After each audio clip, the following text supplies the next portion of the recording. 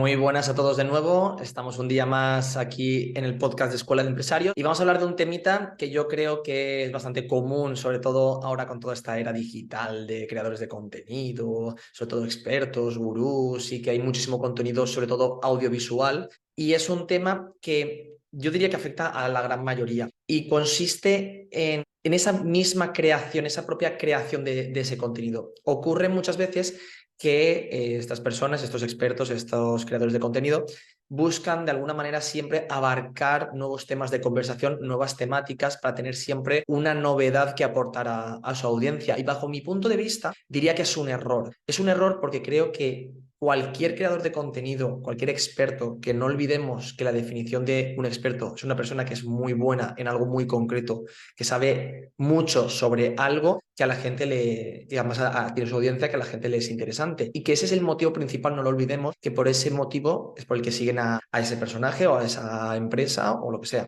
Y el problema principal es intentar abarcar tantos temas de conversación y tantas opiniones sobre diversos puntos que al final se olvida o al menos nos separamos del punto inicial, que es el motivo por el que somos buenos en algo, por el que sabemos hablar de algo o por el que sabemos comunicar ese mensaje. Entonces, se intenta muchas veces abarcar muchos temas de conversación que al final entramos y damos la opinión en ciertos temas en los que seguramente no somos tan expertos como en otros. Y yo creo que el quid de la cuestión está en saber explicar un mismo tema, no siempre el mismo, pero al final temas muy parejos, de mil veces diferentes, ya sea usando ejemplos diferentes, usando tu propia experiencia de todo lo que has vivido, dando tus propios consejos al final de todo lo que has tenido que hacer para llegar al punto en el que estás. Y creo que esas son las cosas por las que la audiencia al final va a tener cierto interés por seguirte, por escucharte y por interactuar contigo. No porque hables de temas totalmente diferentes o aunque sean cercanos, no tengan nada que ver con el mensaje principal que sueles comunicar, porque entonces ya estás entrando a otra opinión que seguramente a tu audiencia no le llega a interesar. Vamos a poner un ejemplo. En mi caso, por ejemplo, que suelo hablar de tema de negocios y de empresa, podría hablar de marketing perfectamente. Podría hablar de inversiones perfectamente, pero podría meterme ya en temas inmobiliarios, fiscales.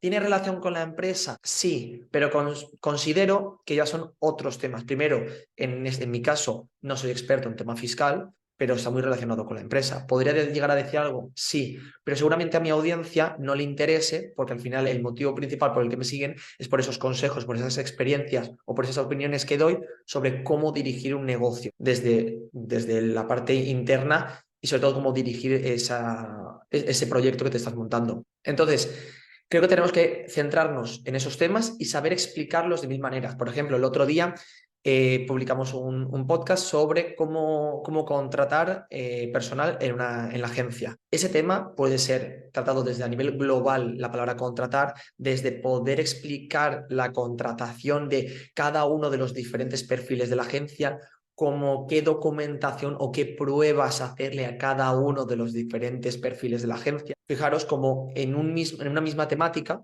hemos sacado a lo mejor 15 temas diferentes, pero siempre hablando del mismo círculo. Entonces, al final tenemos que centrarnos en tener muy identificado en qué somos buenos, en qué somos expertos, qué temática, sobre todo, nos sentimos cómodos para poder explicar, porque sabemos, primero, tenemos los conocimientos, porque sabemos comunicarlo y porque a nuestra audiencia le interesa, y luego ya ver de qué otros puntos de vista, desde otras situaciones, desde otros tipos de ejemplo, otro tipo de experiencias, poder comunicarlo. Nada, un correo que me ha llegado, lo voy a cerrar. Y creo que es la mejor manera para poder conectar también con la propia audiencia, porque si están acostumbrados a que cierto tipo de contenido es el que va a escuchar de esta persona o de esta empresa, y de repente cuando te escuchan ven que estás hablando de algo muy diferente que a ellos el día a día no les interesa, lo que va a ocurrir es que piensen que estás hablando ya de temas que no son de su interés y por lo tanto puedan perder ese interés en seguirte. Y en segundo paso, que llegue alguien mucho más experto en esa temática, ya que no se supone que no eres experto en esos temas, y hayas dicho algo que no es totalmente verídico o que no tienes suficiente